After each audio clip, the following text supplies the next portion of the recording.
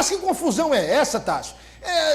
Numa semana, fica no progressista. Aí na semana seguinte você tem foto de uma reunião da deputada estadual Bárbara do Firmino com o governador do Rio Grande do Sul, Eduardo Leite, que é o presidente nacional do PSDB. Não, porque vai para o PSDB, porque é esse sonho de disputar a prefeitura com o número 45, foi do pai dela durante muito tempo. O progressista liberou, agora não, já não sai mais do progressista. Poxa, Tássio, aí fica difícil entender o cenário, né? É verdade. Boa tarde mais uma vez a você e a todos, Douglas. Nós tivemos hoje pela manhã e daqui a pouquinho vamos trazer todos os detalhes desta inauguração da nova sede do Progressistas e lá, claro, estiveram Bárbara do Firmino e Silvio Mendes, os dois principais interlocutores desse bloco político visando 2024. Como você explicava bem, nas últimas semanas surgiram algumas informações de que ela poderia deixar o Progressistas e se filiar ao PSDB. E o Progressistas, publicamente, por meio de deputados e dirigentes, revelou que não iria impor dificuldades para que a parlamentar saísse da sigla. E a gente também destacou aqui que essa articulação via Brasília teria causado um mal-estar nas bases do PSDB pela falta de diálogo com o âmbito estadual. E hoje nós conversamos com a deputada Bárbara, que falou sobre a possível saída do PP e deixou bem claro, Douglas, quem definirá a candidatura dela ou de Silvio para a eleição do próximo ano será a população, através das pesquisas. Vamos ouvir. Estamos seguindo no Partido Progressista, nós ainda achamos muito cedo de falar sobre mudança partidária, falar sobre mudança do ciclo partidário. Nós estamos nessa construção, junto com a União Brasil, junto com o Partido Progressistas, junto com o PSDB, e nós reconhecemos todas as importâncias que nós, da oposição, que todos esses partidos têm perante a Prefeitura Municipal. A gente sabe que é um legado de muita segurança, um legado de muita eficiência, e é isso que nós estamos em busca. Estamos em busca justamente da organização e da formação da chapa para 2024. Então ouvimos aí a deputada falando, né, sobre essa articulação dela para ir para o Progressistas. Dois nomes, como eu disse, o dela e de Silvio Mendes, surgem como os principais. E aproveitar, Douglas, que a banda estava tocando ao fundo lá no evento, até muito alto, atrapalhando um pouco as entrevistas.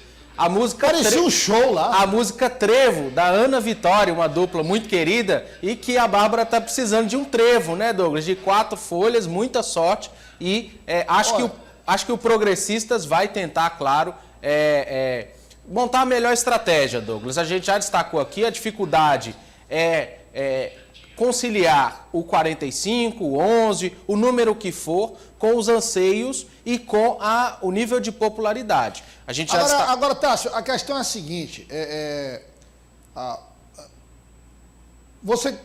quando nós começamos a falar, quando o Progressistas começou a falar sobre sucessão municipal, eram vários nomes. E aí, aos poucos, foi saindo um, saindo outro. E o último foi o presidente estadual da sigla, Joel Rodrigues. Isso. Então, até por exclusão, ficou o nome da deputada estadual Bárbara do Firmino.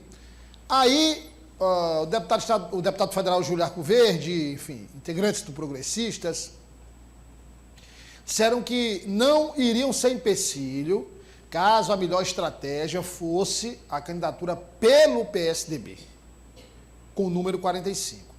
O problema é que ela tem vários obstáculos a serem resolvidos. Sim. Ela tem que unir em torno dela todo o grupo do PSDB. Eu trago, inclusive, na coluna Roda Viva de amanhã, detalhes, vou adiantar aqui, dar um spoiler. O deputado estadual, o ex-deputado estadual Luciano Nunes continua pré-candidato. Sim. À Prefeitura de Teresina. Vamos trazer ele daqui a pouquinho falando sobre isso. Pois continua pré-candidato à Prefeitura de Teresina. Então ela tem que conquistar esse apoio. E, além disso, ela tem que ter a bênção de Silvio Mendes. Primeiro, Silvio Mendes não ser candidato, ser vice dela ou apoiá-la. Porque se Silvio Mendes chegar com os percentuais que ele apresenta hoje nas pesquisas e disser, eu quero ser candidato, estou disposto a ser candidato, aí fica difícil, tá? Quer dizer, a tarefa dela não é fácil, né? Quem abriria mão de Silvio Mendes, né? Saiu da gestão muito bem conceituada, Então, é como você disse, Douglas, você pontuou alguns elementos. Então, eu acho que todos esses elementos são importantes quando se fala em 2024. E é preciso também, Douglas, observar que a oposição, principalmente esse grupo alinhado ao ex-prefeito Firmino Filho, precisa, Douglas, de, eu diria que, uma tacada certeira. A oposição, esse grupo político, tem muito pouca margem para errar em 2024, porque caso não vença a eleição para Teresina, fica um grupo muito fragilizado olhando para 2026, porque sem o governo do estado, sem a prefeitura da capital, sem a presidência da República, fica muito inviável. É um grupo que é amplo, que tem uma máquina muito forte, que tem um senador, que tem 2 deputados federais, que tem 6 deputados estaduais, ou seja, é uma máquina forte, uma máquina bem pesada de se carregar, que sem Palácio da Cidade, sem Palácio de Karnak, sem Palácio da Alvorada, fica muito complicado para esses parlamentares buscarem a sua reeleição em 2026. E caso seja derrotado, principalmente na eleição aqui da capital, o caminho pode ser o que a gente já está vendo, que é a desidratação, a saída de muitos que hoje e que ontem eram aliados. Então, eu acho que por isso que tanto a Bárbara, quanto o Silvio, quanto o Ciro adotam muita cautela no discurso, porque o tiro ele tem que ser certeiro, a escolha ela tem que ser muito bem calculada, ela tem que ser muito bem medida, para que um novo erro não ocorra, como ocorreu em 2022, quando Silvio Mendes foi derrotado, e como ocorreu em 2020, quando Kleber Montezuma foi derrotado. Então, eu diria, Douglas, que está no fio da navalha esse bloco político. Se errar, pode custar muito caro. Pode esquecer que a 2026, ou seja, mirar 2026, que ainda está muito longe, é o seguinte... claro que qualquer estratégia que for adotada por qualquer sigla, qualquer coligação, Tasso, para 2024, vai ser também com um olhinho lá em 2026. Sim, sem dúvida. Sem dúvida. Agora, lógico que cada eleição tem o seu momento. Então, agora é cuidar da eleição nos municípios, ou seja, vamos olhar cada um dos 224 municípios do Piauí, os maiores colégios, onde é que tem disputa dentro da própria base, no caso do governo do estado, o progressista com a estratégia de filiar os candidatos que são apoiados por prefeitos progressistas, mas não são do progressistas, né, para se filiar ao progressista, para não perder ali o candidato, caso ganhe a ligação com o partido. Então o deputado João Matos é muito claro, né, quando fala sobre isso.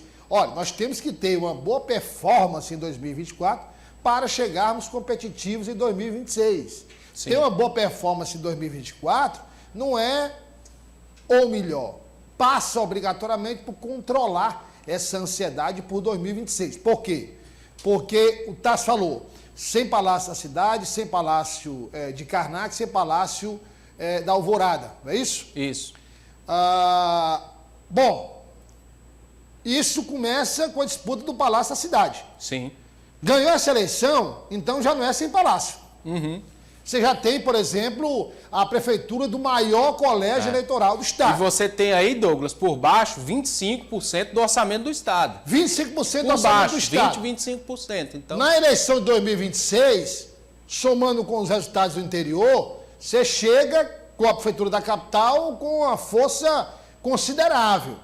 Então, quer dizer, tudo tem que ser feito, como você falou, Tasso, com os pés no chão, cada momento sendo trabalhado dentro do seu tempo, para que as coisas não sejam atropeladas. Tássio Cruz, daqui a pouco, na política do dia, o Tasso que teve lá, você viu aí, rapaz, mas essa banda parecia que estava fazendo um show lá, o negócio estava alto demais, viu? Tasso quase não ouve direito. Daqui a pouco, na política do dia, Tasso. Vamos ouvir o governador do estado, Douglas, falando sobre a polêmica do ICMS. A decisão do STF de sexta-feira impactará principalmente os municípios piauienses. Você falava no Jornal Dia, 27 bilhões de compensação. A gente vai explicar e ouvir o governador Rafael Fonteles falando Já não era essa também decisão. sem tempo, né? Pelo amor de Deus. Antes tarde que mais tarde. Antes tarde do que mais tarde. É melhor. Então, daqui a pouco, o governador Rafael Fonteles fala sobre o assunto. E nós vamos tratar também a política do dia com o Tasso. Essa história aí, tem um pessoal do PT aí, viu? Que fica criticando nos bastidores, porque ele tem coragem de falar publicamente, né, na imprensa, nem nas redes sociais, que queria o envolvimento maior do governador. Nós vamos discutir isso na política do dia, mas é preciso entender, se as pessoas entenderem, ou não entenderam, pelo que eu estou vendo até agora, esse modo, ou seja, a forma como o governador Rafael Fonteles governa o Piauí. Sim. É preciso se adequar, Tasso. O governador Rafael Fonteles tem um jeito próprio, um time próprio de tocar o executivo estadual.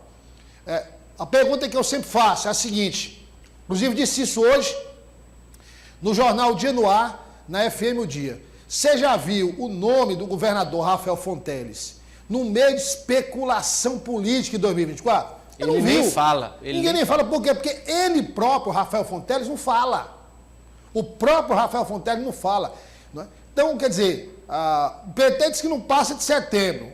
O governador disse, só fala em 2024. Maio de 2024. Maio é a de 2024. resposta padrão dele pra gente. Então, é preciso entender.